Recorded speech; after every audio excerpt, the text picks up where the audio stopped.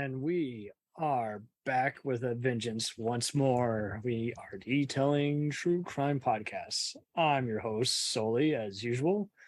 And once again, we got Veronica Vetter on the show here. You know her from Rambling Ronnie podcast. Yes, it's the Jacked Up Review Show with Thank you. Ramblin' Ronnie. Ramblin'. Rambling so. Yes, I'm Ramblin' Ronnie. My podcast is a lot of true crime, unsolved mysteries, and whatever else I feel like talking about. So you're gonna get random things, movie reviews, other random stuff. It's definitely not like a lot going on right now. I've got a handful of episodes, but hoping to get some more stuff going. That's great, man. So we got so much to detail here. Yes, I've got a little list of mine going on too. So yeah, I usually let the guests go first, but if you want, I can start you off just to get you comfortable. Whatever you want to do. I can start off first, actually. I'm really excited to talk about Ladies, the things that I love. Yes. Well, whatever I am first. True. Whatever I your don't know. binary, you are the guest. I give you permission to. I'm a medical mystery. That's how I refer to myself as. Ooh, I love it. More like my brain. I'm definitely donating my brain to science because it confuses me a lot.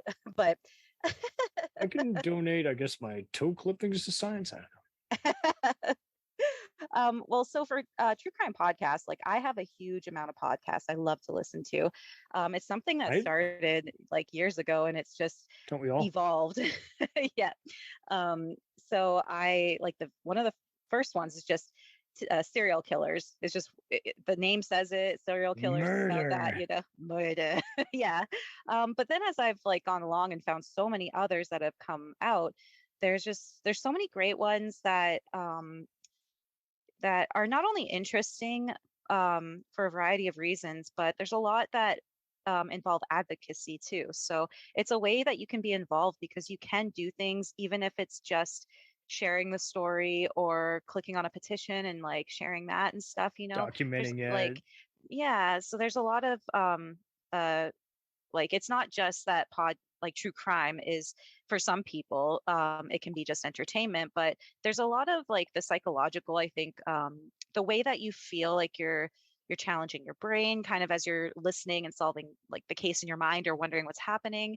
You're hearing someone talk to you and tell you a story, so that is like a little bit of an entertainment value, but I think also there's this level of compassion, and you hear things that make you just help you to learn more about things that are happening in the world, so you're not a little bit more prepared, because you might think things won't happen to you, but they could. So that's kind of like, yeah.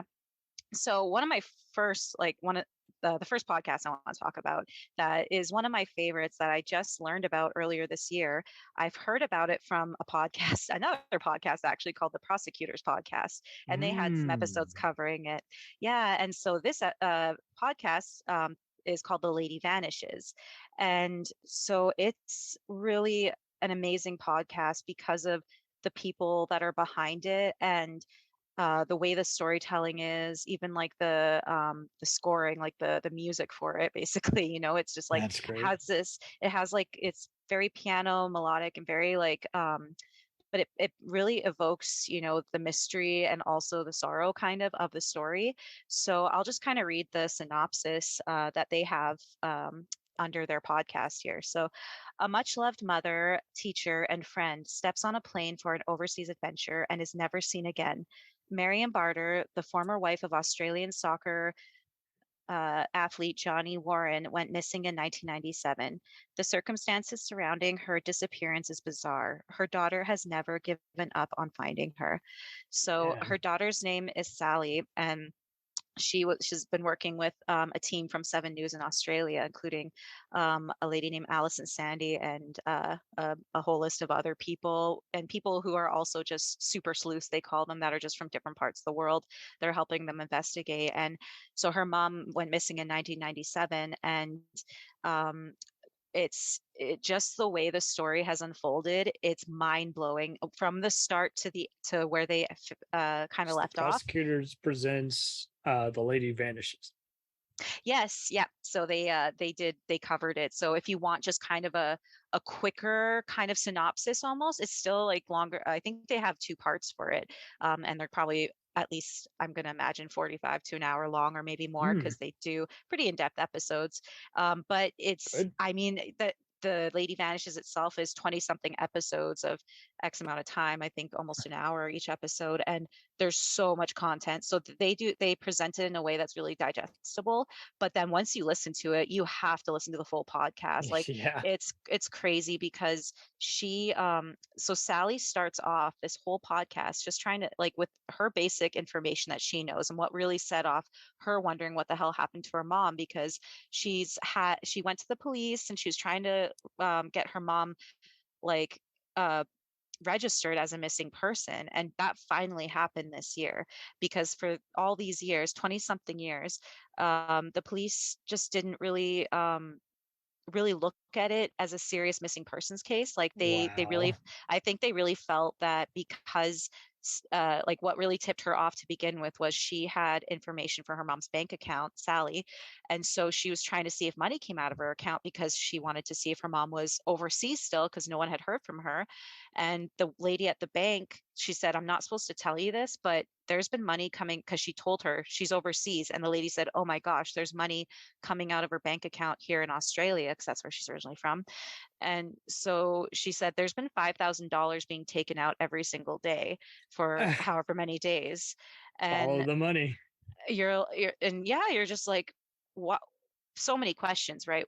Like, okay, if there's a Why'd you limit, leave behind your it's, daughter? Why'd you? well, why are you taking out all this money, and on a, like, every day, instead of just going into the bank and saying, this is my bank account, I want to take out all this money? So that's a big question.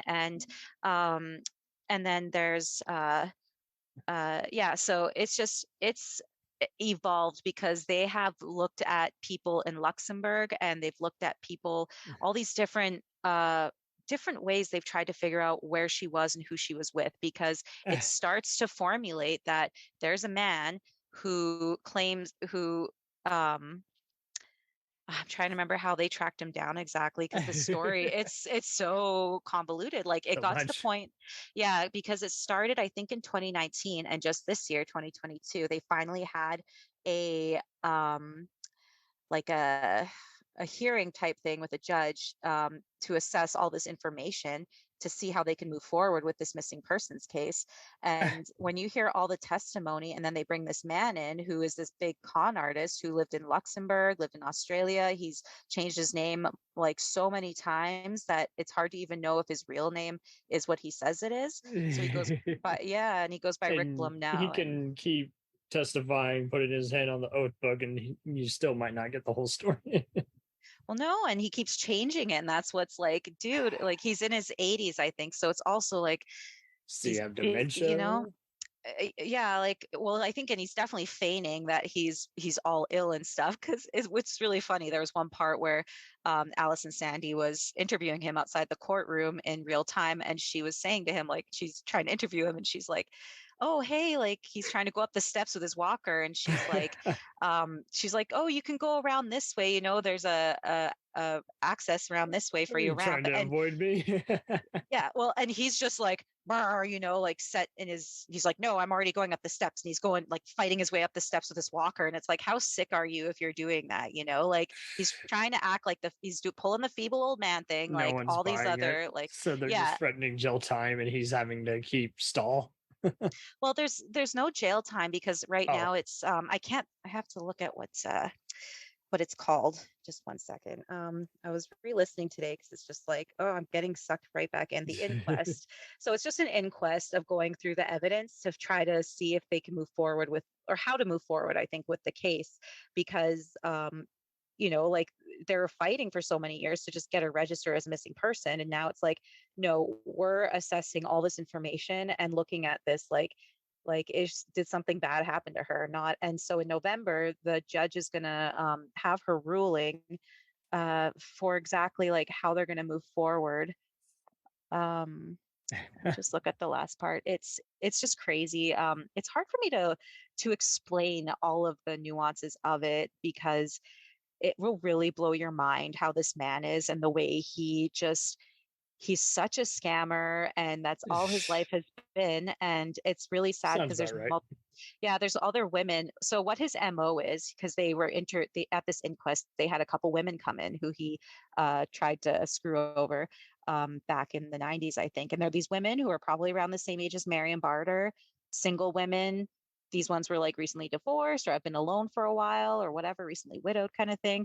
And he would find these women and then he would be like, I I just like love you and this and that, like just make them feel like the most special person and be like, I want to take you away to Europe. We need to go there and we're going to start a life together. Make sure you bring the deeds for your house. Make sure you bring this and that. Make sure if you have any, like one of the women, he was like, I'm going to leave some of my stuff in this like tube thing and you can leave some of your jewelry in it and we'll bury it in your yard. And what happens every time is they go to Europe, he ends up saying, oh, I got something I need to do over somewhere else. You spend time with family. I'm going to go do this thing.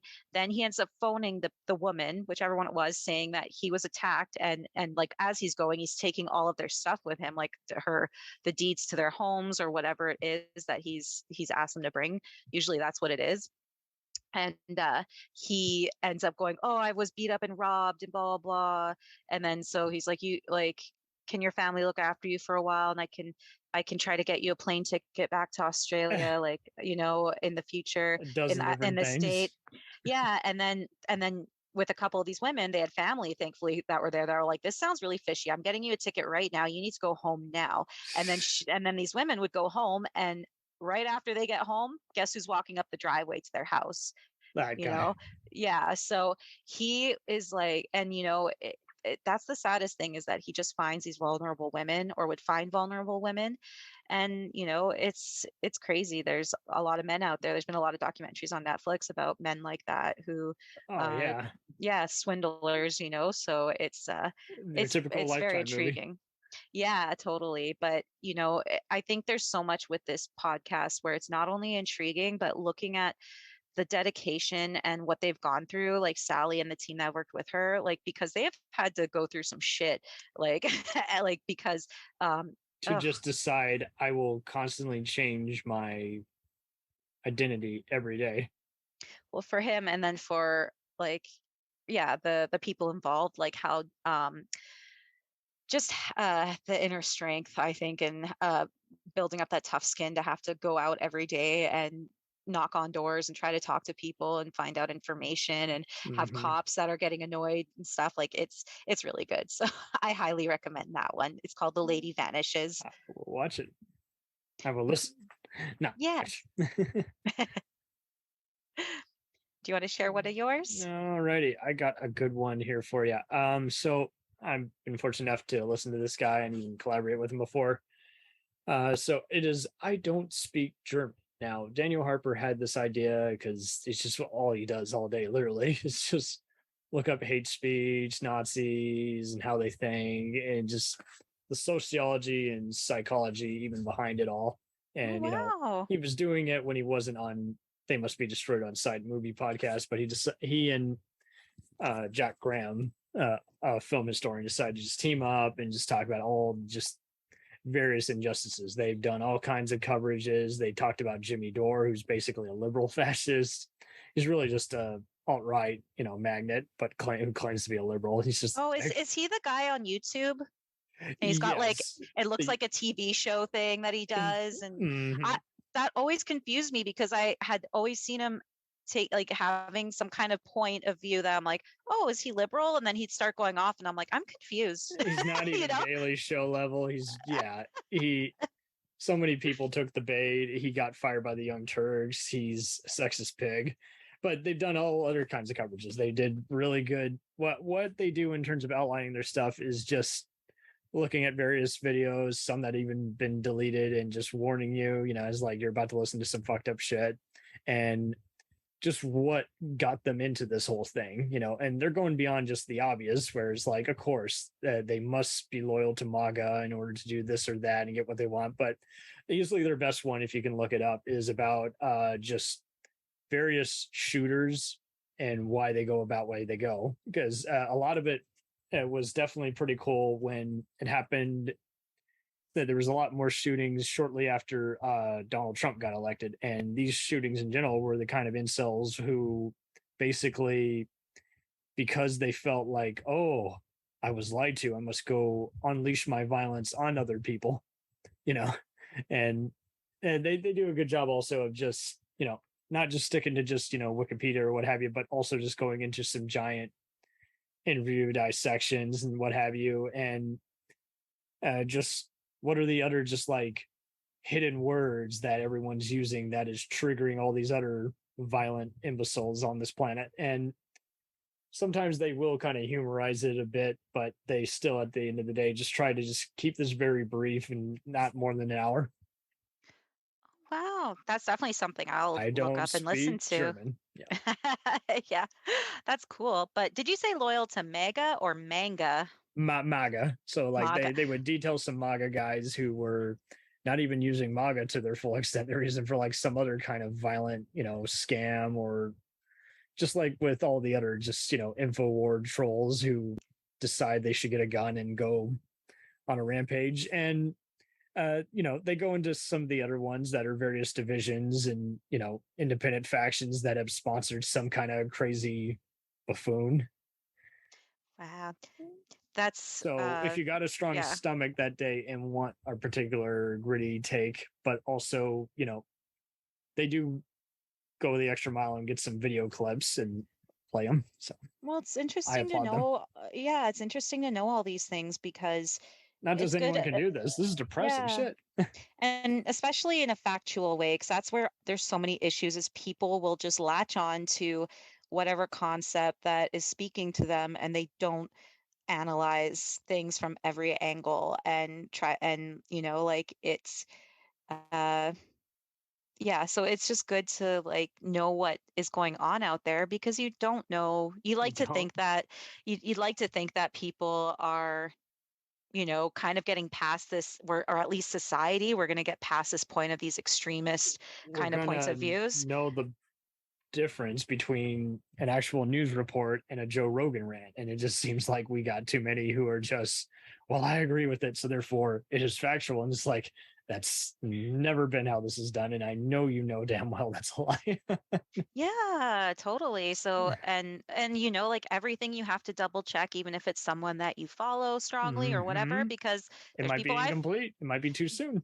yeah, exactly. There's a especially with the bots and things that are, The going Russian like bots. Yeah. yeah.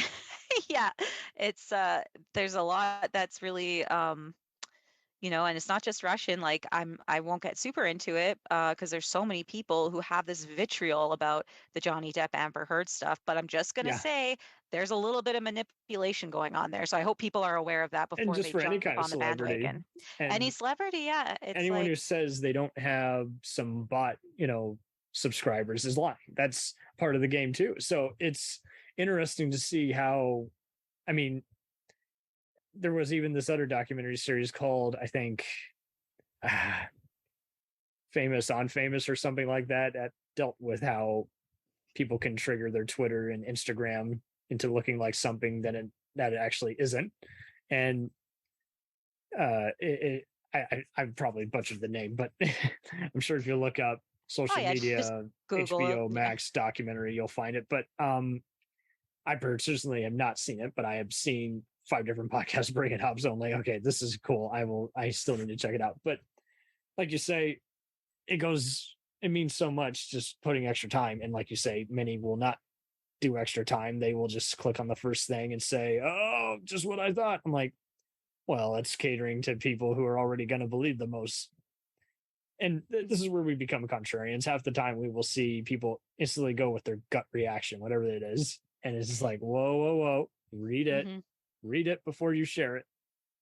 Yeah, exactly. Do maybe a Snopes thing too. Like Snopes there's no baby hippos and that face. are house pet hippos out there. Yeah, Facebook has been really bad at censoring Snopes and one of those other fact checker sites to where I'm like, okay, Facebook, you're full of shit too. Yep, not Yeah, surprising. and definitely if there's hippos involved, definitely be courteous. Absolutely. Yeah, that sounds like a good one. So I'm looking forward to checking that out because I I like don't speak. yeah, I like just something different to think about, like um just to give you a different to go, oh, that's something that's happening in the world. Let's look that up and see what else is going on. Then before you know it, you're like, what the fuck? What kind of world do we live in? But it's Right? yeah, it's I mean, that's looking up true crime cases specifically too. It's just like you know, look up something and then before you know it, that's why like for me, I'm so interested in true crime. And then the more you listen and hear about um, either domestic violent type situations or different missing persons cases and stuff, when you start seeing all these patterns, some people um, like like say coercive control. That's something that some people still don't really understand as a form of Yeah, of abuse. course. Yeah. Yeah, and like that's something that's finally getting some recognition in parts around the world and being able to be used in court because there are, especially for women in places who have been imprisoned for many years for like murdering or whatever a partner that has been coercively controlling. And it's like because he did not beat the shit out of me every day, people don't think I was abused and I deserve to go to prison. And it's you cannot really, if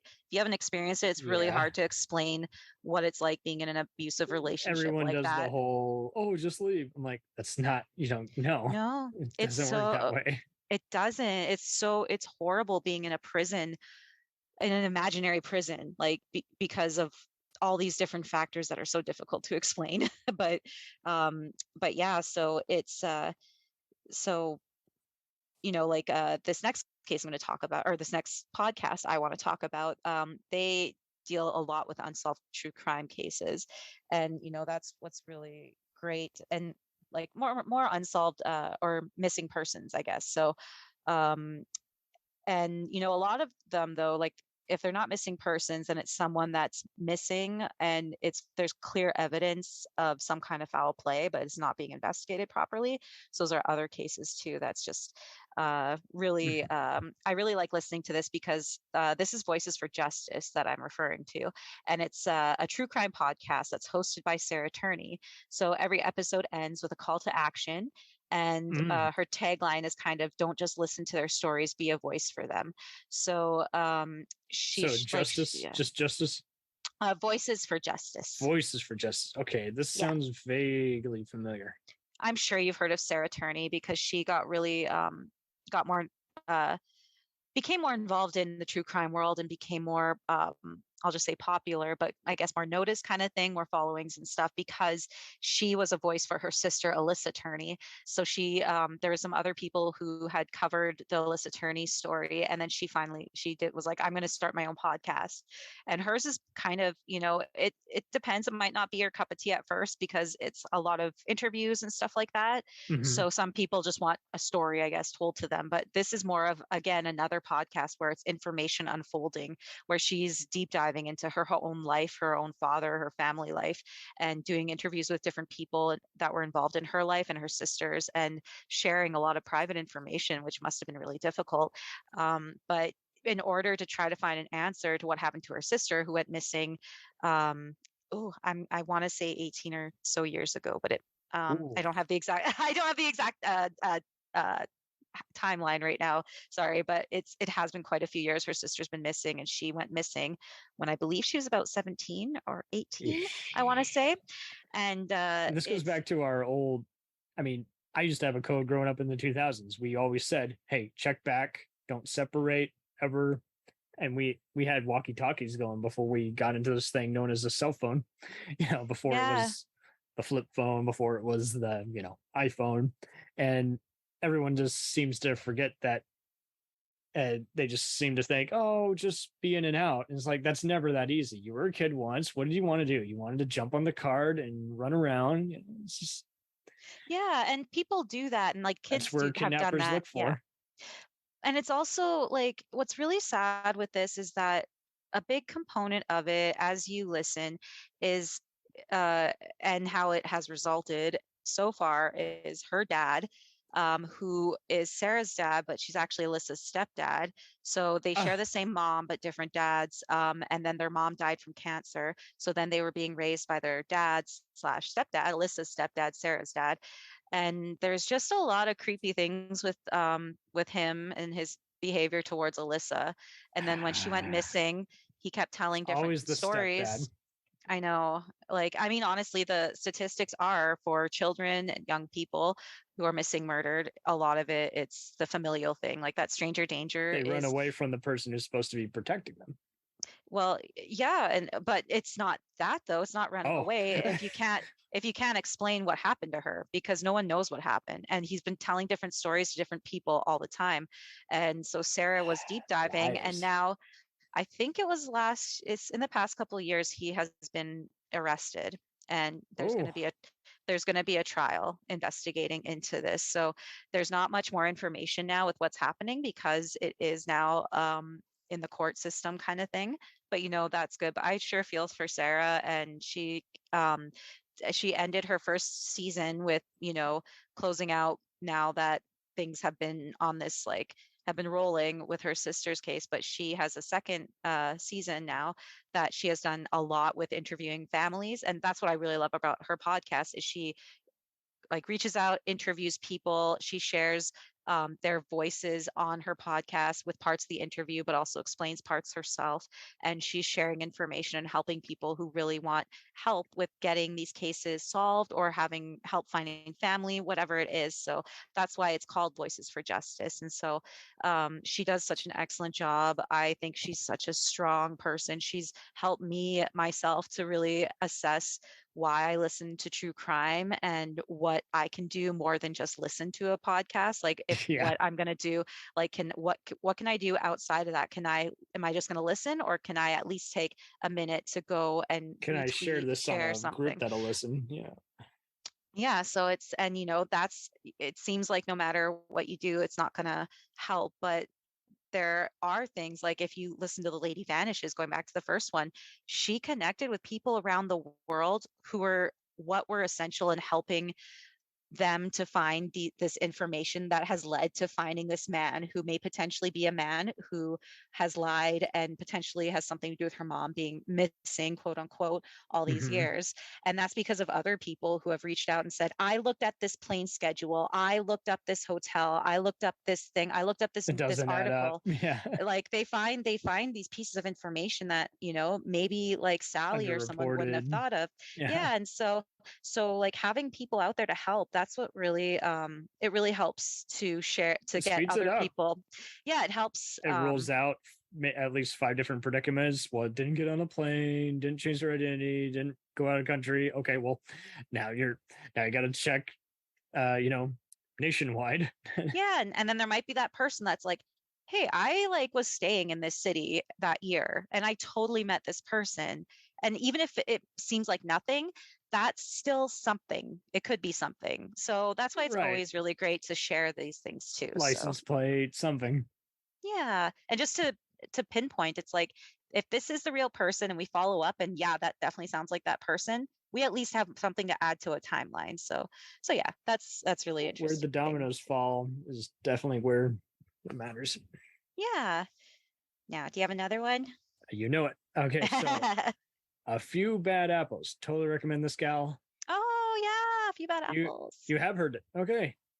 Yeah, I don't know where it started getting some exposure, but just very heavily promoted on Twitter. I kept getting recommended, and I was eventually followed her, and I haven't listened to it lately. It's just so much. It was even freaking me out just based on the music she was using in her thing. The creepiest ones were probably just all kinds of things, just various incidences of Chicago injustices by the police, as well as a serial killer who happened to be San Antonio policeman who was going after streetwalkers and Yeah. just everyday kind of gals. And uh, yeah, I literally was almost speeding in my company car while at work. I was like, I can't be listening to this at Oh, work. I got to be doing this while I'm static, not doing anything, just so I don't get all these chills. The music she uses perfectly echoes the terror you can feel that someone would have faced. And I like how she'll even end it with, and now here's a good apple. Here's someone who didn't abuse their privilege as a cop or a district attorney or what other FBI type protocol. And this guy went the extra mile, heard something, busted in a window, and got someone out of a burning building or something. Killed a pyromaniac who had long been escaping something. And uh, this as opposed to just so many other kinds of things which you'll read about and you'll be like, man, this guy, these guys had all the time in the world and literally tortured someone to death. Yes. No, I haven't listened to a ton of her episodes. I've been meaning to, and Some of it predates yeah, George Floyd and Trayvon Martin, all the other kinds of just injustices that no one wants to talk yeah. about. Because it says here how she spotlights a lot of police crimes kind of thing. So Yeah, stuff that yeah. not anyone wants to do. Usually they'll just do injustice and you'll see at least one or two crooked cop deals. And this was just intriguing because aside from the atypical slant, it was just all, I don't want to say slant, style. It was good at just also just kind of layering into why they went that far. And you were talking about battered women. There was a really good one on a battered cop, uh, uh, or no, wife of a police officer who had to fight back. He was coming home and abusing her. Oh, those are really tough. I've heard of so many cases like that. There was And Generation Y. because They, he's yeah, everyone at his station is on his side, they don't believe her story. yeah, They just say, "Oh, spoiled housewife who wants to make a buck off you," and he's like, "No, he put his hands on me." And I think one of them, I think, did end up in a tragedy where she had like to kill one of her partners or something. And it's just like he's gonna kill me, and he's gonna yeah. cover it up, being a policeman and all. And it's just annoying because you just like to think that, kind of like with military veterans coming back in, that people are becoming more aware of this. But I think much like the latest internet trolls and lack of empathy towards various heated subjects, I think we're just barely just getting across any of the inkwell here. We're Oh, fine. I know. Like, I feel like I've learned so much over the years, and I'm like, has no one else learned what I've been learning? It's Are not you in kidding me? schools. No. Like, yeah, no, it's just, but there's so much, I guess, like, I really listen to so many podcasts that talk about different things. So I guess that's why it's like, and I have my own personal experiences that it's like, how do other people sit there and not think about, like, at least try to add context and put themselves into someone's shoes, but it's just so black and white to people, I guess. But it's like, Exactly. yeah, and just sticking their heads in the sand too. Some people it's just like I can't be bothered I to have can't a again, thought or again. opinion. Like I've got my own life going I'll wait on. for the Why judge's standing, even though he's probably bad. Or yeah, it's just like no. yeah. Yeah, I'll just it's buy a gun. No, no, no. That's not what we're talking about. We're talking about everyday instances which no one is ready for. yeah. And a lot of people just look at band-aid solutions, not Yeah, caring about no, this is something that you'll get has to better. be, yeah. No, you won't get better. No, it's like education, healthcare, giving people the tools to be their own person and be an individual, helping people to have food, helping people to not be scared to be alive every day. All these things that Hmm. people don't realize people are experiencing. And for someone who doesn't have that, or if you're someone experiencing that, but you don't, for some reason, have the capacity to have empathy, like you're Yeah, just like, it's like if you're experiencing empathy be something, damned. yeah, you should be the uh most biggest voice advocating for people. And then if people haven't experienced it, then it's understandable that they don't have the ability to completely understand what someone's going through, but it's not that hard to have sympathy, like, to try to Yes, it is. No, I'm just kidding. no, it is. It seriously is. When you look at the world now, apparently it's impossible for someone to try to do anything You don't good for know how. someone else. It's like they disguised it for a while as like tough love, and then they just Yeah, had an about face as, well, I mean, I believe him, I don't believe her, and yeah. then you get into the gender Or look politics. at Is there's like, one oh my woman over there that I think is lying. That means all women are lying about being raped and being yes, abused. you will That's see a all it lot of is. that. I will Yeah. see. genders there's who will only defend people if they're the same gender. I will see ones who will ask, well, was it their first relationship? They're probably a slut. I'm like, whoa, dude.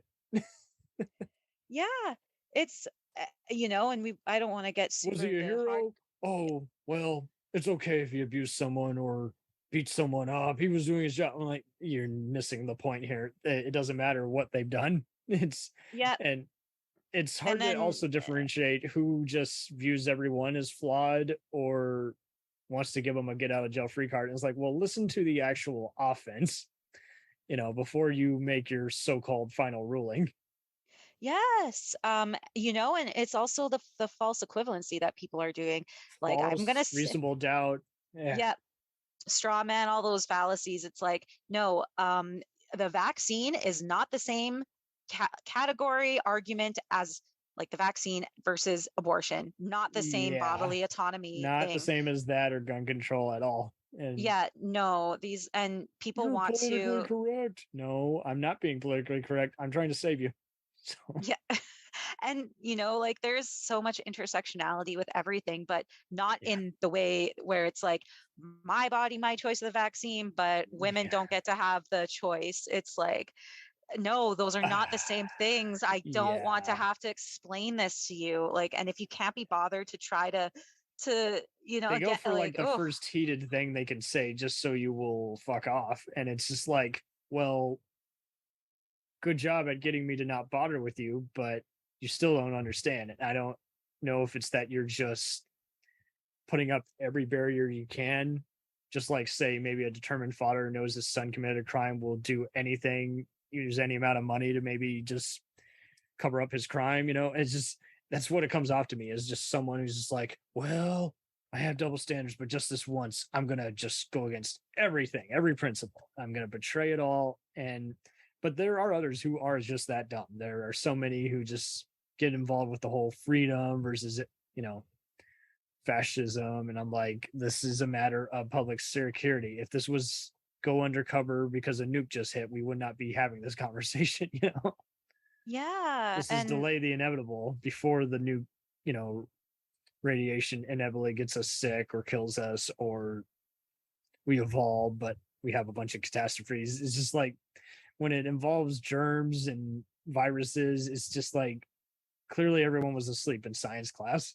I, oh, I I exactly. have a progressive aunt who still thinks that I don't know why people are still getting it. I'm like, well, you clearly have not been listening to the news, and everyone else mentioned it.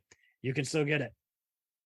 The whole point of the vaccine. So there's clearly been a miscommunication on Oh, either side. totally. Yeah, totally. It's the all or nothing. It's like, oh, you want me to take this vaccine that won't do anything, but also you want me to put this shit in my body that's whatever. And this, it's like Mm-hmm. all the I still have arguments to wear a is, mask. No, yeah. I'll get Oh, vaccinated, but I won't wear a mask. I want to be a Karen who or Kyle who, or Stan who yells at you and tells you what to do. yeah. Do as I I say, mean, not as I do. yeah. Yeah. And meanwhile, across the world right now in Iran, we're having a lot of women trying to fight for their rights. There's a Mm-hmm. woman who was just beaten to death for having some hair showing, and there's a huge uprising now There's that some like, good NPR podcasts that have talked about that have been just devastating because uh, I'm even seeing Indian trolls who don't believe in any women's rights get into various online conversations. It's like, yeah, you know what? Buzz off. you yeah, you don't know what it's like to be. This isn't even sexism anymore. This is flat out. I deny you. I negate your rights. I don't consider you a person. I use my rule of thumb and religion to basically give the right to stone you to death just for the fact that you exactly. don't agree with me And and for being homosexual, for showing a being piece of your hair, homosexual. for being raped by someone, Anything I believe the Quran does not specify believing in God versus Mecca. yeah, it's religion is such a So come many on people, abuses. get over it. Get over like the fact that you're using this as a complete way of living your life. Mm-hmm. um QAnon Anonymous does a good job of this. oh, that sounds interesting. They were so I don't always get through every episode because it is lengthy, but Like they were so spot on, like going the extra mile, looking at social media accounts, documenting their shit, that they even started getting cited by all the big news sources. Oh wow. Good And job. yeah, and one of their biggest ones was revealing what a piece of shit actor Jim Caviezel was. Like I knew he was a closeted, like Christian, not closeted, just secretive Christian Republican, but man, he was like at a QAnon conference and uh quoted his pal Mel Gibson's speech I from was Braveheart. just gonna say, Yeah, were they there together? right. And Jesus Christ. yeah, Passion of the Christ. But yeah, what's funny is they revealed how 40 different crew members had a big issue with him on his hit show Person of Interest, which is a great show, but he was apparently a nutcase behind the scenes, muttering Nazi verses and other shit. We're like, whoa, dude, the fuck. And that's, again, this is where it goes back to the bottom line, and a little bit, not to sound completely sexist, but a little bit of men controlling things and not getting punished or having the same standards, like this, like, well, so his you're just career's talking about dead, so that works. that's good, but I mean, he still had some opportunity, and he's Correct. whatever. He'll still But get like, someone like IndieWire, one of those other Ben Shapiro idiots, probably going to give him yeah. an online movie. Well, and there'll always be a platform for people because of freedom of speech and all that, right? But Correct. there's also like, but then you look at what's this? Who's the Flash guy again? Ezra Miller. Is there Ezra Miller? Is that his name? The young guy who's the Flash guy, who's and yet continuously Batgirl losing got his mind. canceled, and yet Warner Brothers still wants to salvage this piece of shit. It's just like, well, why does he get privileged? Why does that movie that tested and this movie that isn't even finished keep going on? And it's just kind of the Morbius effect, is like, why does Jared Leto get a free pass and doesn't get canceled like all the James Franco and Kevin Spaceys of the world, Yeah. Oh my gosh. And people just don't keep attention. We'll return after these messages. Do you ever find yourself thinking about who would win in a fight between Goku and Superman? Hi, I'm James Gavsey, and on the Who Would Win show, me and my co-host Ray ignore anything important happening in the outside world and debate fictional battles between characters from comics, movies, and video games. We got a new show every week, and almost always am I the winner. Yeah, not true, Ray. In the past, we've discussed such matches as Captain America versus Darth Vader, Solid Snake versus the Iron Giant, classic matchups like RoboCop versus Terminator, and even the Muppets versus Sesame Street. That one was crazy. So if you're a fan of geek culture and love a spirited debate, check out the Who Would Win show wherever you get your podcasts, or check us out at whowouldwinshow.com.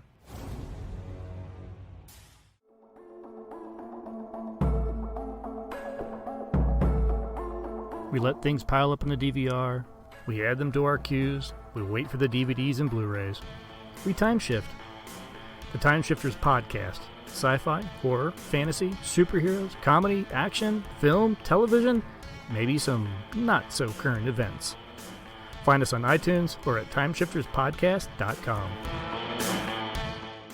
Cool thing about Blind Knowledge is we are in multiple countries. We are worldwide all across the globe.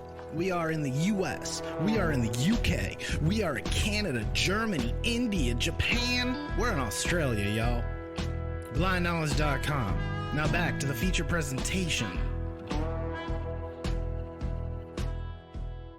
Dragon Ball Z, One Piece, Naruto, all things that we love, all manga that were originally published in the legendary magazine Weekly Shonen Jump. But not every series can run for 300 chapters and have a hit anime. This is David. This is Jordan. We're the hosts of Shonen Flop. Each episode we look at manga that ran in Jump that didn't quite make it. We discuss what it did wrong, what it did right, how the series could have turned itself around, and ultimately, was it a flop or not? Run all your favorite podcast apps, and you can find us at shonenflop.com. Keep on flopping, floppers. I have a VPN, so this is just a theory. I have no proof for this other than just seeing random trends and noticing differences with a VPN. I do think internet searches are getting more and more censored by people who want to cover up shit, because it took me actually a little while longer to actually dig for, Jared Leto Island with underage girls, versus other stuff that comes up instantly. That's got to be a part of, like I mean, I don't know any of the ins and outs of that stuff, and obviously they can like VPNs are pay. good in that Yeah. they prevent Well, your data from being stolen. So well, you see, because you see it every time, you'll be on a site and you'll see ads that are clearly showing everything in your Amazon cart. yeah, They've sold your data. yeah. It's legal. They just say it a different way so they don't get prosecuted as, oh, you're making business and profiting off of us. Oh. Yeah, well, and definitely like I get the VPN thing, but just it's like with celebrities and people with having to being able to suppress stuff because there's ways with websites, It comes out they eventually, but there's many crew yeah. members who, since even the 50s, have been nervous to share anything for fear of being unemployed or Well, like you said, there's got to be a way that they can get programmers and stuff. I don't know the ins and outs of this, so it'd be great if someone who is like an expert at computer stuff, or are you an expert at computer stuff and internet and data? Because there's got to be a way that someone definitely got they can something. build they can tweak things in the website so that it's like it won't get directed to certain locations and stuff because they know that's where people will look them up or something. Like maybe they can't like stop an article from being out there, or I'm sure there's ways they can, but like there's just all this manipulation that can happen, and it works the other way too when you see all the things that are being presented to you and you're like trying to find information about stuff happening in other parts of the world, but you just keep seeing all these specific articles of things that's Very like exact. Yeah. and I'm sure there's that level of like, well, one news story breaks with this thing, or this big thing happens, and so everyone latches onto it because there's a lot of information that's come out of it and stuff. So it does get it's going to be on each platform because it's a big thing or whatever, and it's I something that has more information. So especially if it's past the 10-year deal, so they can't prosecute or what have you, but then you even want to know the details. You don't know how much of it is just, hey, someone had a illicit affair, they were already cheating or what have you, and someone just thought after the fact, I felt taken advantage of, I'm going to call rape. And then there's other ones where it's like, no, it's very clear this guy, even if he didn't lay a hand, like you say, much like with the battered syndrome and just coercing, is like, no, there's still, you got taken advantage of. There's power imbalance, right? There's always there's power imbalances, and I know for me, even I've had experiences where it's like, oh, how am I supposed to react right now? Because I don't know if I'm comfortable, but I also don't. Or I don't think I'm in a position where I can say anything, and like that's what really I hope in the future more girls and women are raised or both are of us able have had to be experiences at different jobs, and it was inevitable. Yeah. It sucks because nothing in the world can prepare you for that. We like to think it can, but it's just like you pretty much have to see the ugly side of society before you can just react. Yeah, and like those who don't, then well, you don't. And it's like having your own sense of individuality and security. And how do you get that? Well, you have to have that positive reinforcement. I would think you'd have the the fundamental base of your life. Like, if it sucks if you don't have a family that can really and like raise you with all the things to enrich you and give you an amazing life. That can't happen. But makes sense. No, it doesn't. No, yeah, you kind of need that guidance for one. That's really helpful when you're a parent. If you can help guide your child, that really helps them out in life. I'm just going to say that. So you give them that positive encouragement, help them to understand things in the world. Make sure you explain things to them so they know that like just things to look out for, and it makes sure you have an open, honest conversation so they can talk to you if they're uncomfortable, if someone's making them uncomfortable, and you have a good relationship with them so that they can talk to you or approach you if they're whatever age, if they're young, if they're older, if they're experiencing something, you want to, it's good to be there for your kids. So, and that's what's hard though, because you have people who are fucked up for whatever reasons. And that's when you get these cycles of poverty and stuff like that. And it's hard for people to break out of that, right? Like there's goes again to people who are born with a silver spoon, who haven't had to live, who haven't had to live. And that doesn't mean they haven't had bad experiences or don't suffer abuse either, but they do have a different life experience and different resources than some people. No one should not report these because it is easy to just lose any sense in or faith in this if you just feel like nothing will be done about it. But that's where we just have to tell others is like, hey, you got to report things. Like, If you don't report it, you might as well be complicit, you know? even at workplaces, like with my mom, I told her that with like someone who was being really crazy to her, a coworker kind of thing. And I was like, Mom, you should be reporting this. Because how do you know? And It's she just like, knows better. yeah. And she's just like, no, I deal with stuff my way. And I'm like, ugh, Mom, like she's just whatever. Another story. But like, I said, I don't want to I'm going to say it like this. It's not the same thing, but it's like if you are a rape victim and you didn't report it, like that person's going to go out and do more harm. And so it's really hard to put the onus on the rape victim. I hate that it has to be that way, that it's always people who are the victim who have to take the steps to change their life or whatever. Even if you don't mean anything by it, you still slut shamed. You still told that person, hey man, you're full of it. And it's like, they're not full of it. They just decided not worth it, not worth the trouble. I don't have a good defense. I mean, you could argue that with, again, like we talked about the Depp and Amber Heard case, is like she was picking very unreliable witnesses like Elon Musk and James Franco, is like, and then Depp just pretty much kept smiling throughout the whole trial. So you're like, is he just enjoying himself or what? You know, what's going on here? Oh, it was awful. I hated watching it because people really were like, he's so charming and great. And it's like, and she's just acting and being like this. And I'm like, they're both acting. They're both actors. Actors after a while, yeah. What the hell? Like that's not what the case is about. You have to look at the freaking facts, not, you can't it's tough. That one's a tough one to me because so many people have quite a lot of vitriol, and if you're not supporting Johnny, that means you're an Amber Heard stan, and you believe I get sick of that too. It's like we're looking at this from a third party perspective, a third person perspective. We are trying to figure, which is what the jury should have been doing, but no, they weren't sequestered or anything. They got to see everything we were seeing online. I saw a good one saying that by the fact that he was better known and he went first, he already had the upper hand. But people don't like to think of that. They don't like to think of strategy. They don't like to think about, I just trust the judge. I'm like, and what if you can't trust him? Oh, you trust that, you trust the jury and the judicial system, but you don't trust it in England, where the judge only trial that didn't have the same amount of media attention. I'll take an exception to that. Yeah. He found 12 out of 14 of the accusations he found to be true to him as abuse and stuff. And I don't know. And then it just didn't translate the same way over in America. And people try to say it's all different, blah, blah, blah. And it's like, okay, whatever. Apparently you guys are the experts, but I just see things in her behavior, which is me projecting and being biased, but I see things that make me think of things I've experienced in like really bad relationships and stuff. And it's like, especially the power imbalance with people. When someone's an older person with a younger person, there is a power imbalance, whatever gender, whatever thing, and like, so it's just, I don't know. It's tough. Yep. Why can't everything just be awesome and perfect and people be nice to each other? I've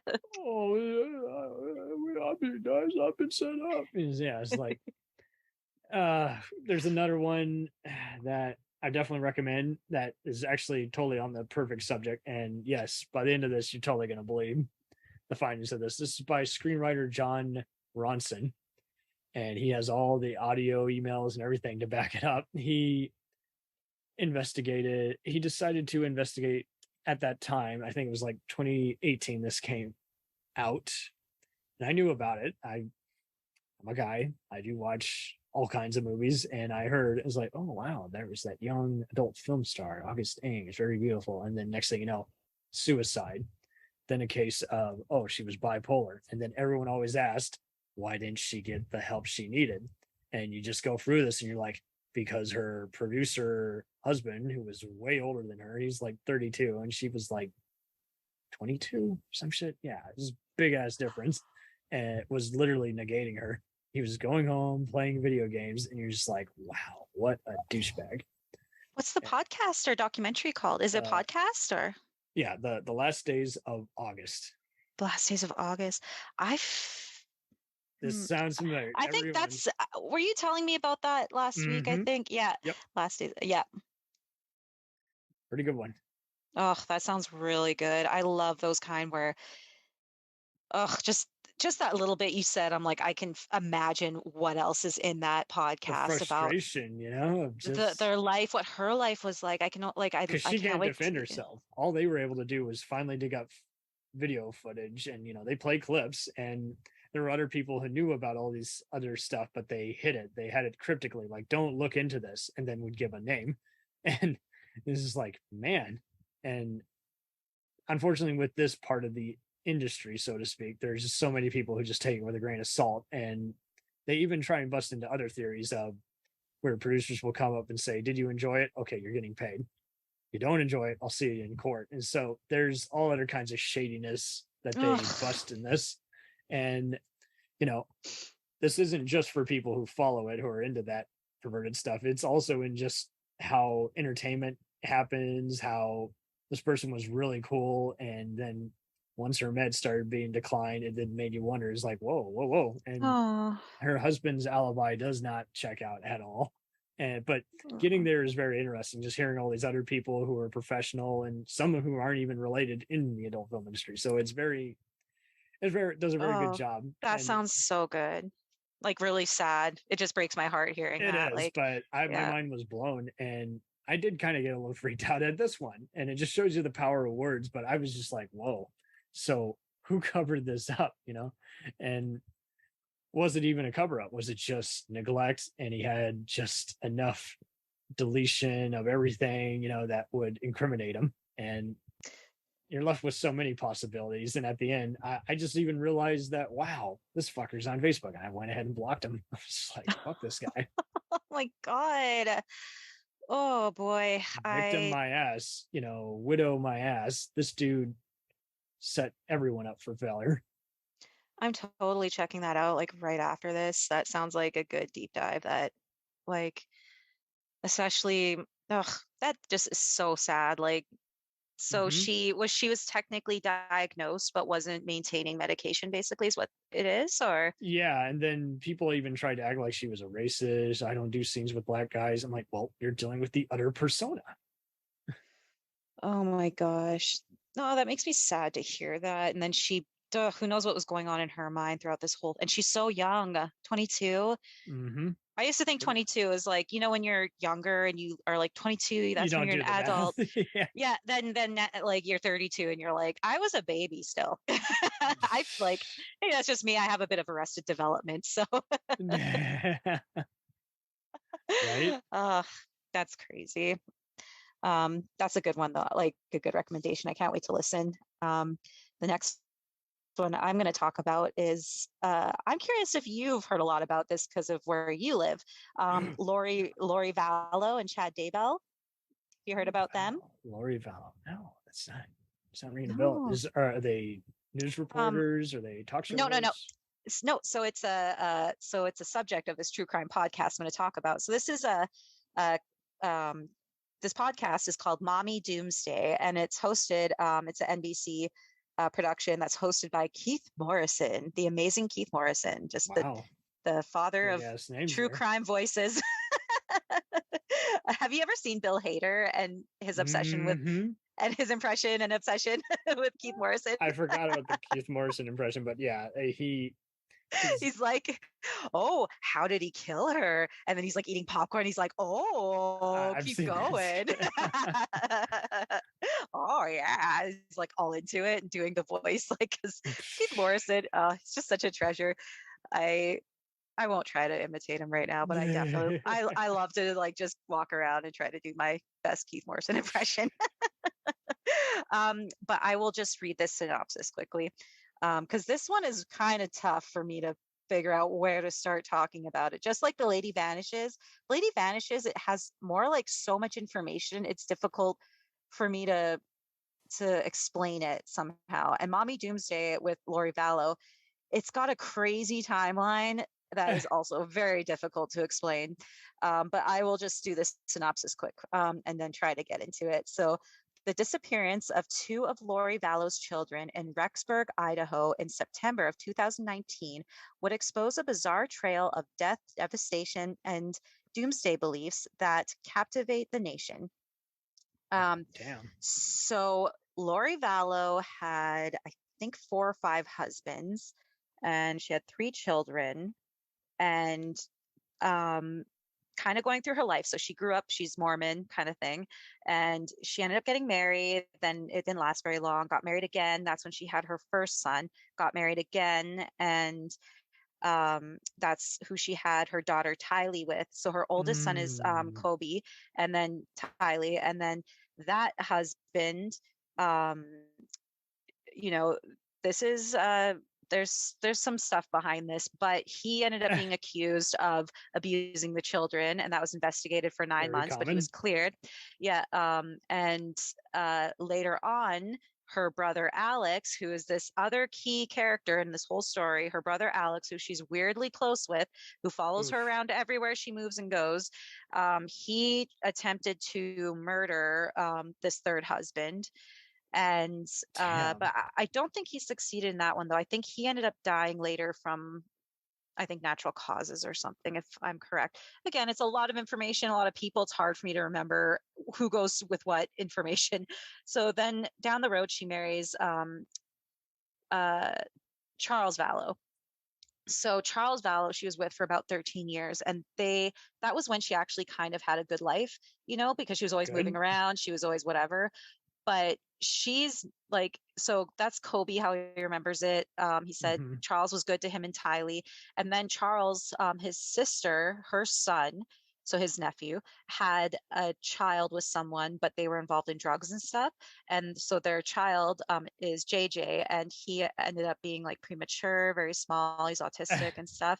So Charles ended up adopting him. So him and Lori adopted him. So they're like kind of the parents, but he's technically JJ's uncle kind of thing. But they raised him, and then eventually they separated because Lori started kind of going crazy, and she was getting into religion a lot more.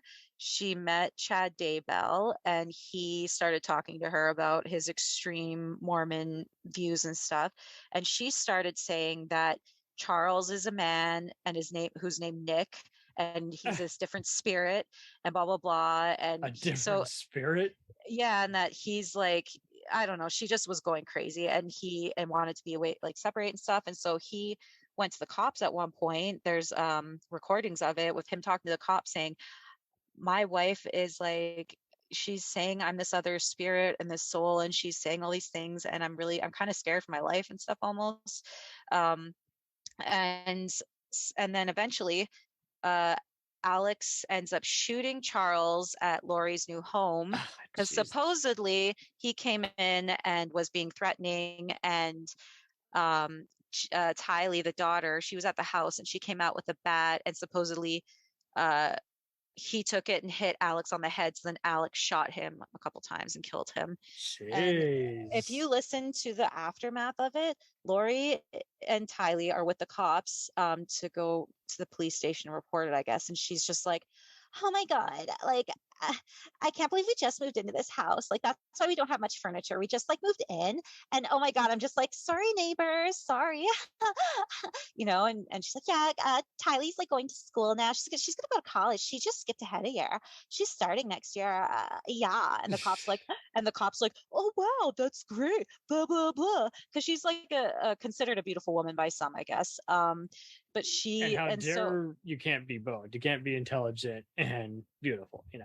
Well, no, I mean, Lori's more like that. So then the cops are just like talking to her like this. Meanwhile, there's this dead man who's her ex-husband at her house, and Alex is saying they're saying it was self-defense, and yet Alex doesn't even have a goosebump on his head. He's just like chilling out, whatever, and they just don't investigate it. They're just like, oh, okay. And then right after that, Lori throws a big, you know, pool party and stuff. And then she eventually moves to Idaho, and she how does this go now? First, it's like around September, I think, when Tylee's last seen in 2019.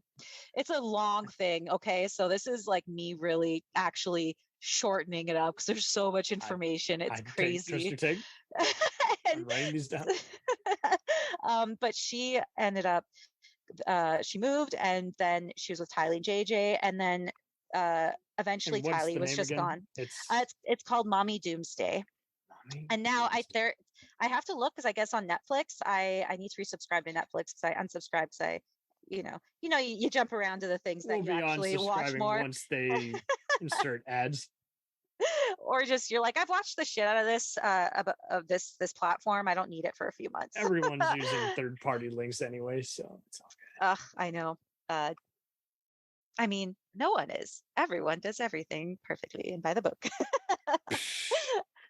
It's kind of goes back to software. They want you to steal it, but yeah, at the same time they don't.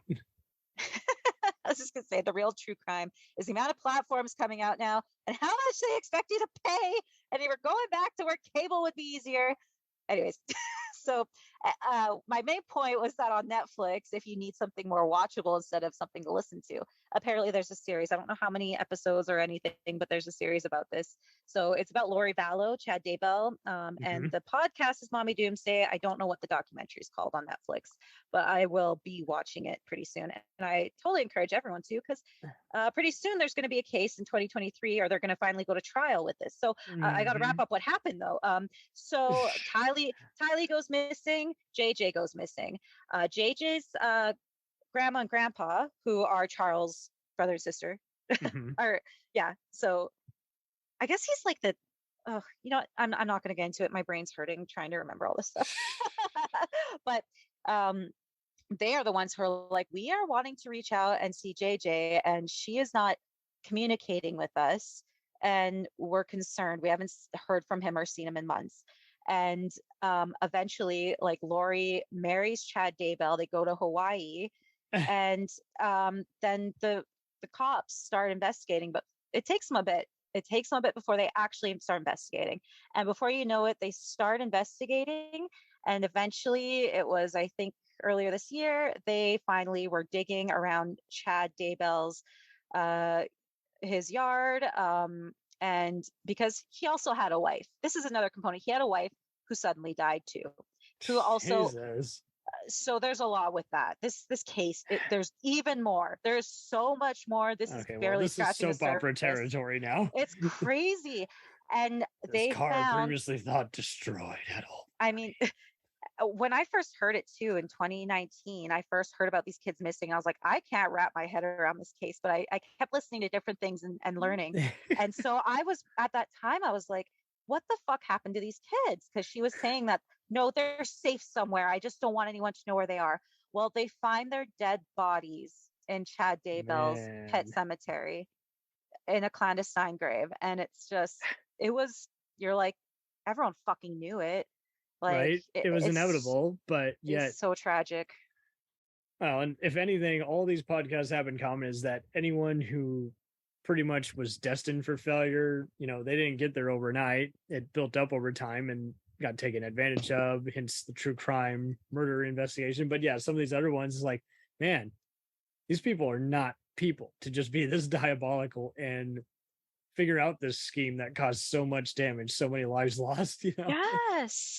Yes, and in the end, if you were to be a stone cold killer, you definitely didn't even make any money and get away with it.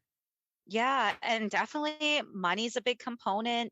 It's an encouragement, but it's just ironic that, if you want to talk karma, is like some of these people do just the most pettiest of the pettiest material, and it's just like, you went to all that trouble. It's just as lame as shooting someone over a burger. It's just to see all this pettiness and then see how they got this way, how the world was that shallow through their eyes, how totally, that's the world being so shallow through their eyes. Totally. Like they don't, that's the big thing with people, is not digging deep and actually recognizing things within yourself too, and going, they thought they were the victim in the end.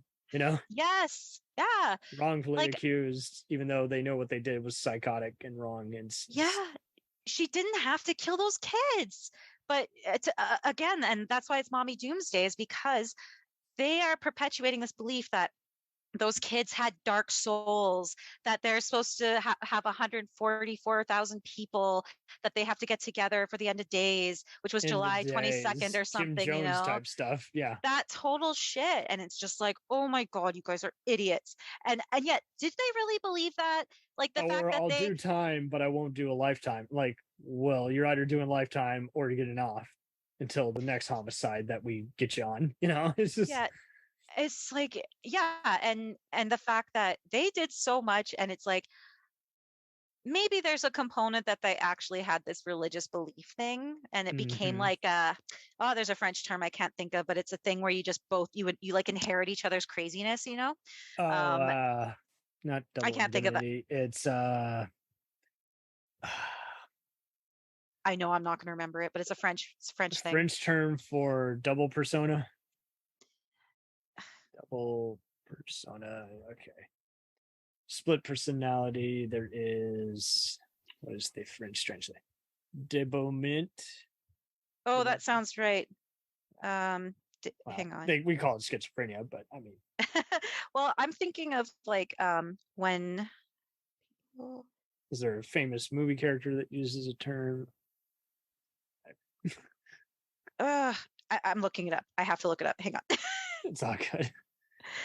But I think what we're all gaining from all of these podcasts is friends close, enemies closer. In some cases, we're also getting a huge dose of, you know, we admire all these podcasters who do this because, and you're to be commended as well. But it's cool to know that, you know, you can actually, you know, everyone says, "Oh, I don't have the brains for it." It's like, well, it depends on how you want to apply yourself. This goes back to even doing a research paper for college. When I was doing a research paper on college, we had to do one on religions of the world. I wanted to do one on Scientology, but back in that day, we're talking circa '09, a lot of those sources were sketchy or censored, you know? Yeah, And no, so I had to exactly. go with Buddha because at least I could say, here's why this has been glamorized in pop culture. Here's why here are the biggest places in the world. I got a book from a library I can use, you know, not just the internet. Yes, no, it's so the accessibility now definitely is a huge thing. And you know, it's something that I need to look. It's a component I have been meaning to Google the past couple days, because I'm looking up a case with someone Mhm. who in Oklahoma, she was imprisoned, and she Even going on to needed, Google Books, you can find those keywords right then and there, and that might lead you to a whole batch of yeah. breadcrumbs. Well, and what my thing is it different from state to state with people having accessibility to their own court transcripts? Because I Mm. thought it was something that could be, depending on the state, might be easy to find, or maybe you pay a little fee. It I from one think it thing I depends read, on the deal you made, I think. well, But because she has to apparently pay over $100,000 to get access to her court records, and I'm like, that seems crazy. So that's something I need to research. And again, we have the internet, so I got to just Google it, but I just haven't done it yet. Mhm. But I was like, oh, so I think there are some ways that, you know, it's tough because I don't have a ton of money to pay for news No, archives it and stuff does. like that. And yeah, some people like invest in all that if they get some money going to help them with like researching stuff. And because it's always the best to look at everything that you can and try to look at different angles of things, because there's lots of Yeah. information out there. So you don't want to skimp out or give the wrong information, but sometimes it's hard to get a lot of information, but you want to get a story out because, As you long know, as you don't like, say, you know, this has the full approval, you know, then the other trick is you don't want to accidentally get sued, you know, yes, yeah, for defamation of character and contributing to the misinformation. And that's where you say, this is supported by this service, which is not a news service, but which collects hard to, you know, collect data. yeah. Or if you try to reach out to family or people that might be involved, and if they don't get back to you, but you really want to share, I think maybe if you just say, these are my thoughts and opinions, kind of Sometimes you thing, got to like, do a kind of a reasonable doubt in a way where you're just like, well, I mean, this relative said they, you know, got home at 9 a.m. Their wife said they were here all weekend. Well, there's a lot of people that just allegedly. I'm not saying anything, just allegedly.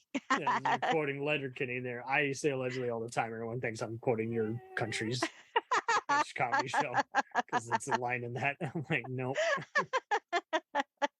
Yeah. No, definitely. Allegedly. Reasonable doubt. Yeah. Ugh, reasonable doubt. It's a woman, it has to be fake. He's a guy. I think he's an asshole, but I don't think he did it. Oh, what? Like the reasonable. Can you remember the word reasonable and what it means? That? Like such as Casey Anthony, for example. Do we need to talk about Casey Anthony? They're like, there's the tiniest little particle. It's floating away of doubt, but it's there. Ugh, can't convict her. Convict her, yeah. Ugh, it just, and now I don't know what to think about Casey Anthony. All I know is that smile is creepy. Oh God, that jury got it wrong. I'm just gonna say, I'm gonna again defer to the jury who fucking don't know what the fuck reasonable doubt means. It doesn't mean that just because you can't 100% say for certain what happened, like that doesn't mean that like. And if a lawyer there is reasonable choose doubt who to erase from the case, and then it's like, well, that's not fair. A judge should have to excuse them, if anything. Well, and then to bring up things that again aren't substantiated but still plant a seed, because with her dad, right, like they're like, oh, she's saying that Kaylee might have been his daughter or her brother's daughter because she was being abused by her dad and her brother. And it's like,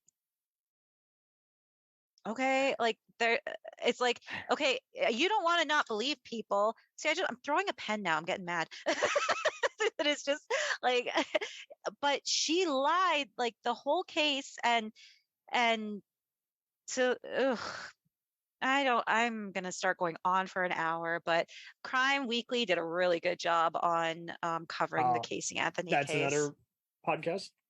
Yes, another podcast, Crime Weekly. So Stephanie Harlow, actually, she was on YouTube, or she's a YouTuber, and she's on YouTube and does true crime. And then she collaborated with Derek Levasseur. Yeah, she does a great job, and she collaborated with Derek Levasseur, and they have True Crime Weekly, which I really enjoy because I was always like, girl, I can't download all your episodes. I can't listen at work. I need like a podcast so I can just listen to the audio form while I'm working. Into my cubicle. Well, I do cleaning stuff, so it's just like I need something to listen to, and I don't have good access to Wi-Fi, so it's like I need something I can download and listen to. And so now this will prep you for when you actually encounter a dead body at work. You could clean up the mess. No, don't do that. That's taking it the wrong way. I was applying for a job that would have potentially involved crime scene cleanup, which I mean, but I ended up getting other work and stuff instead. But I think I have cross your mind. You didn't have time to consider that because you got employed right away. Yeah, I got another job, so I was just like, okay. But I think I'd be a good person for the job because I'm really good at my job and I'm pretty okay, I think, with seeing fucked up shit. So not in like saying that's amazing or good, but I've worked in hospitals and all kinds of stuff. So I can handle certain dead bodies from afar. I actually saw a lot of it when I was a valet at a hospital. It was like, oh yeah, crazy shit. And it's just like, I think I've seen everything. I think I'm ready for the harsh reality of life. Yeah, absolutely. But there's always overall thing. So out of all these ones that you mentioned tonight, who do you think had like the best voice? Like you would want to go see them at a TED Talk because they know how to sum it up without confusing you, disorienting you, or losing you after 20 minutes. Oh, well, for my from what I listed, I mean, I gotta say, like, they're all great. They're all really great. I mean, obviously Keith Morrison you could listen to all day, but really just upon re-listening to The Lady Vanishes, it's just, I don't know if it's the combination of the subject matter, the fact that it's Australian accents, and I'm charmed by that so much, like naturally, like just automatically. Australian, I love you. The only thing I know how to say with a decent Australian accent, sort of, is I learned from Rachel Bloom, the actress, because she was on a Love her. podcast and talked about it. She's Absolutely amazing. love her. She's just probably She's the most amazing. I haven't best even seen that show, and I've seen her in everything else. I need to see it. Don't kill Yes. me. I'm watching 40 different things. Anyway, I get it. I haven't finished the series either. I've watched the first season and I still have to keep watching. But no, she said if you say rise up lights, then it sounds like rise up lights. Like sounds like razor blades in Australia. So rise up lights. Rise up lights.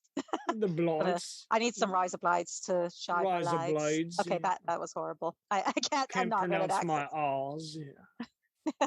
Oh no! Oh, it doesn't. That was bad. That doesn't sound like Oh, anything. bloody hell. That's Bloody definitely more British than Australian. bloody charming. But yeah, what about yours? Which one out of yours is the one that you think is your go-to? Because you listed a lot of good ones. I really want to listen to that Last Days of August. Like, oh, sorry, I'm downloading all these right Ronson now. did have a good voice, but he hasn't really done as much documentary stuff. He's done like one other one, and the rest of the time he's just been writing scripts. Yeah, A Few Bad Apples I think you'll like. I know the gal's really busy, so if you're trying to collab with her, she's pretty busy. But yeah, Well, I don't actually, speak. I think she was gonna step away because my one friend Jonas he's really listens to her a lot. He's the Short Shorts podcast, by the way. Shout out to Jonas. I know but she has kids. I mean, yeah, that like it sounds like she's pretty busy and wasn't sure if she wanted to continue. But then I just saw a post saying that she's like, I was gonna stop, but now I have another idea or something. So, but I'll definitely have to check out a lot more of her episodes. I know I've listened to her at some point, but I listen to so many things that it's hard to get obsessed. Like I seriously have things that fill up my days every day of the week because I'm Right? obsessed with podcasts. all kinds So of you're good like, stuff. I want to listen to something new, but I've got this thing that I listen to all the time. But that Yeah, so there's no way to not get something out of it. It's I do think I Don't Speak German's pretty good at breaking it down and being low key and always speaking to the viewer without acting like they're an idiot. They do a good job. It's like, okay, so be warned, this is this kind of case. It's like, okay, perfect. I don't have to go into suspense or I would like it even if I didn't know who that podcaster was. It is yeah. pretty accessible. And because there's so many others who will try and have 3 different segments before you get to the thing or have too many ads. And I'm like, I only have so much time. Yes. Or that depressed me, even though it is vital info, but it depressed me in a way where it's like, I seriously have to step away. I can't. I even have to, if I have to do an episode in segments, that's pretty bad.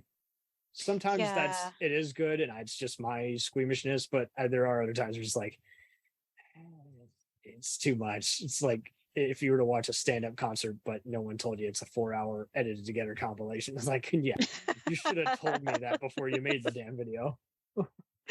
Yeah. Well, and then, you get those ones that are a little bit difficult to digest. So then you got to have the follow-up one, like Why Won't You Date Me with Nicole Byer or something funny or fun. Yeah. That or Conan. Like there's so many good podcasts that are really fun to listen to. Dumb People Town. Have you listened to that one? That's got the Sklar brothers. Dumb People of Town. Dumb People Town. So Dumb just People Town. Okay. Yeah. Well, so again, you've listed 5 different ones that I will. So you did Voices for Justice, Mommy's Doomsday, True Crime Weekly, and Lady Vanishes. The prosecutor and the Lady Vanishes on the prosecutors. Yeah. Prosecutors podcast.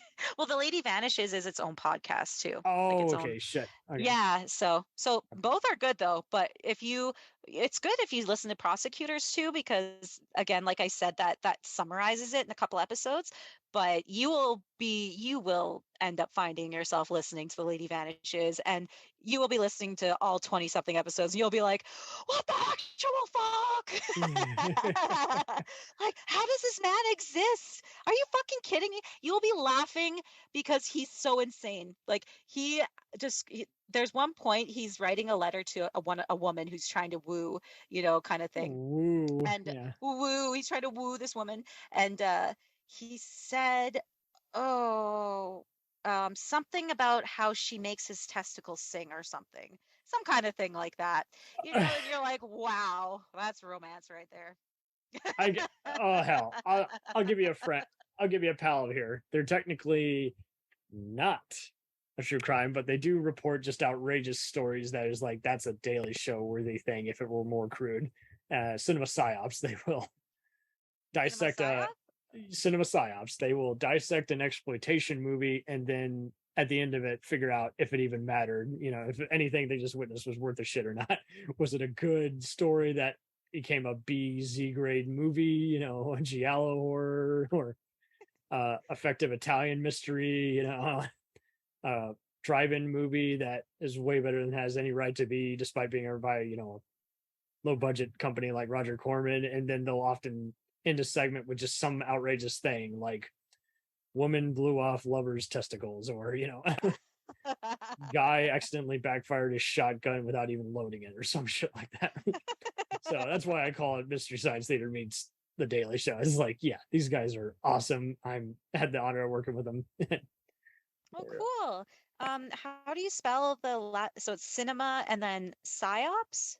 So SPSYS, so like psychic, almost, or I get it. With OPS, ops. It's a special ops. Yeah.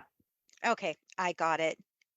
Awesome. Can't wait to listen to all of these this week. Cinema's in the title. They've gotten a lot of views just off of that alone. Cinema's in the Yeah.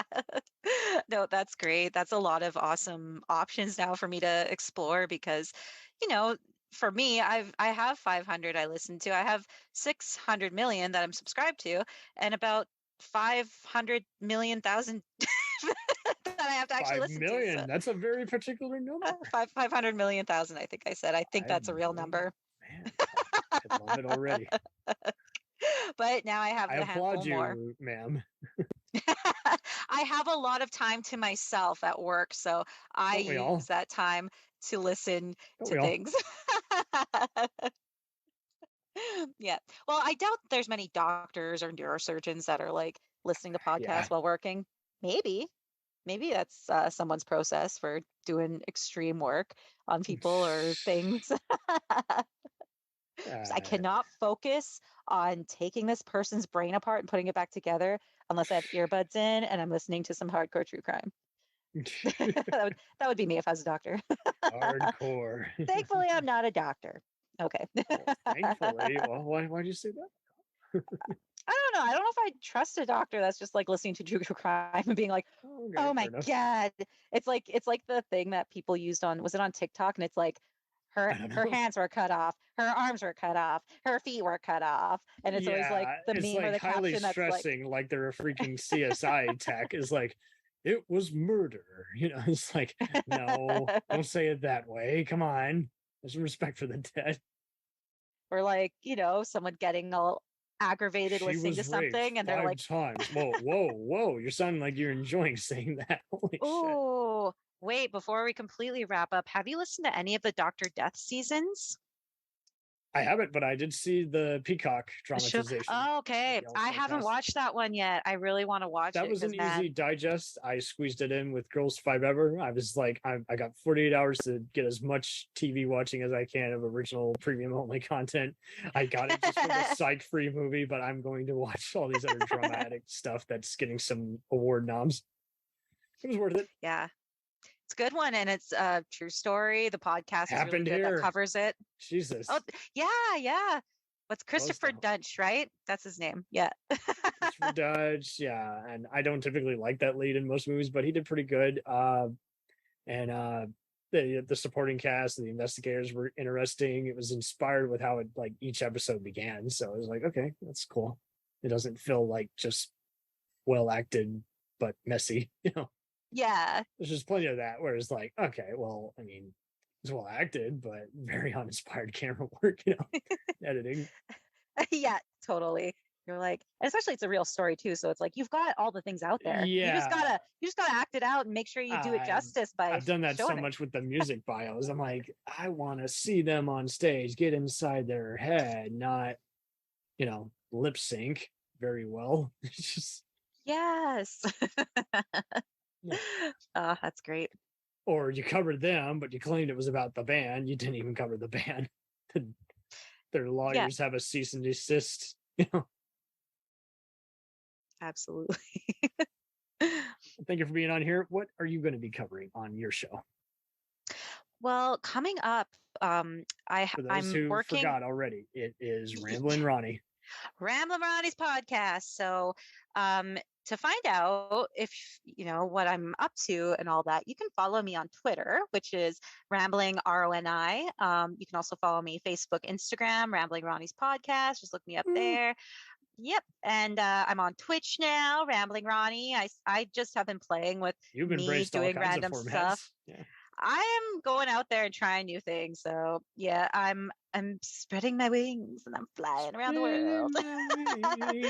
So you can find me on there. Like I like to do a lot of just watch with me. Like I'll be watching stuff like the new House of the Dragon or Drag Race stuff or whatever. Sometimes I'm just sitting and doing stuff and I'm like, hang out with me. I need friends. I don't have any. Talk to me, please.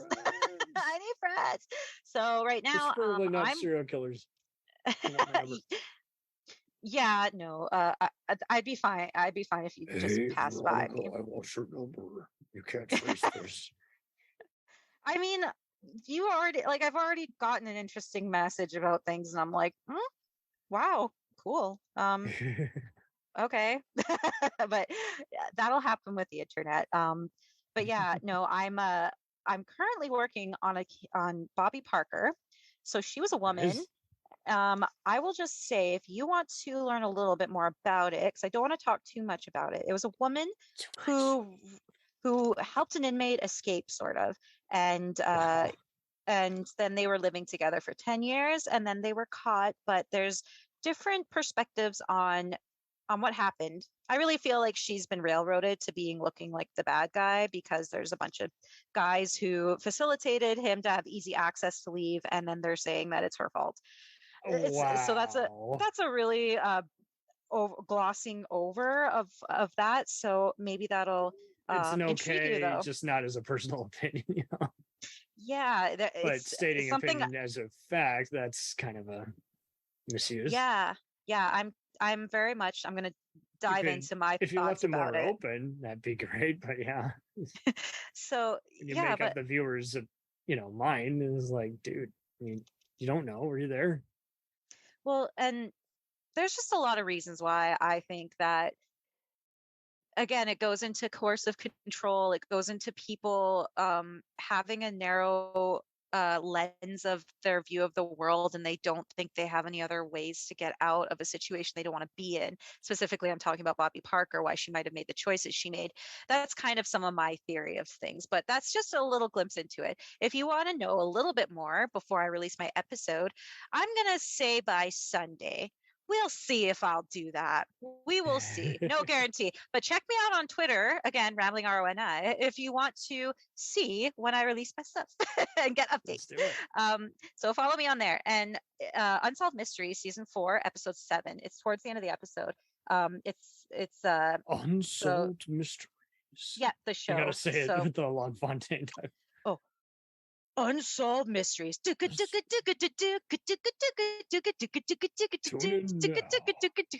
in now. The music goes away, but then suddenly it does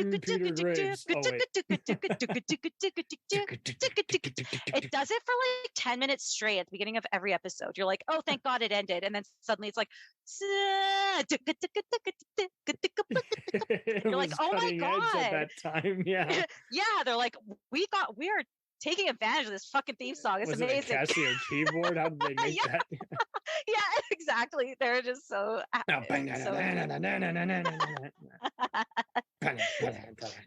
So, yeah. I mean, I guess it's a part of what really you would hear that and you're like, it's on.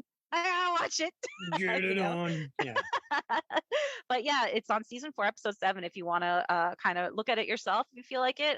Sweet. But I'm also going to be covering some other stuff too that relates to the case, and again, doing some deep dives and stuff. Oh yeah, documentary. It's like very meta. Just kidding. It's nothing. Just looking at stuff that relates to it, other cases and things, and again trying to assess kind of why people made choices they did. So there's a lot to unpack though, and it's one of those things that I'm having a hard time finding some information. So that's really been making me go, oh, I hit a brick wall. I'm going to go to bed. I'm not sure anymore. I will deal with that tomorrow. And it's been a few months of me trying to look at stuff.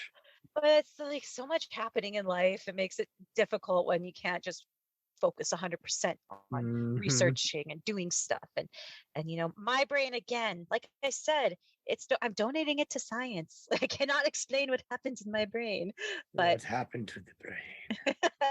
But I'm working on this. So yeah. So that's a little bit about me, what I got going on.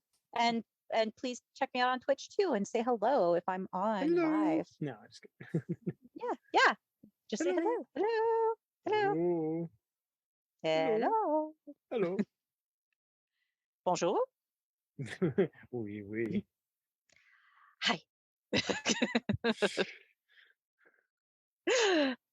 Oh man, it's been a delight having you on here. Oh, thank you for having me on. I really appreciate it. It was really fun to talk about this stuff, even though it's not fun stuff, but it's something that's really interesting to me. And so I'm glad that you also gave me a lot of stuff for me to think about and to look up. So I appreciate that very much. 1,000%. All right. So Godspeed to you out there, and keep researching. Take a break. Yeah. Take care, everyone. Bye.